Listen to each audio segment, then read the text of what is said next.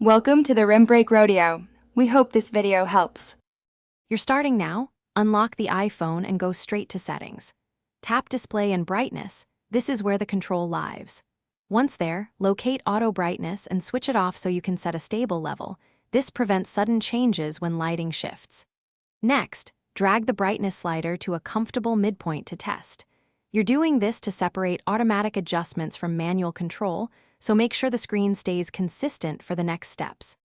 Once auto brightness is off, move the brightness slider up or down until text and images look clear.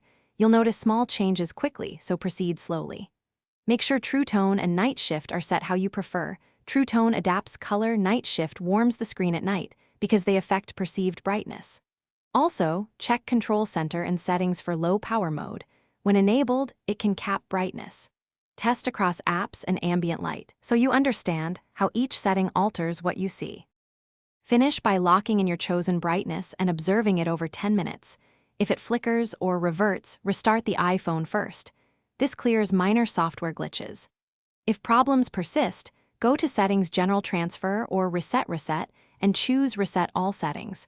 This preserves data but restores defaults that can fix misconfigurations. And if brightness still fails or the screen is dim even at max, contact Apple support.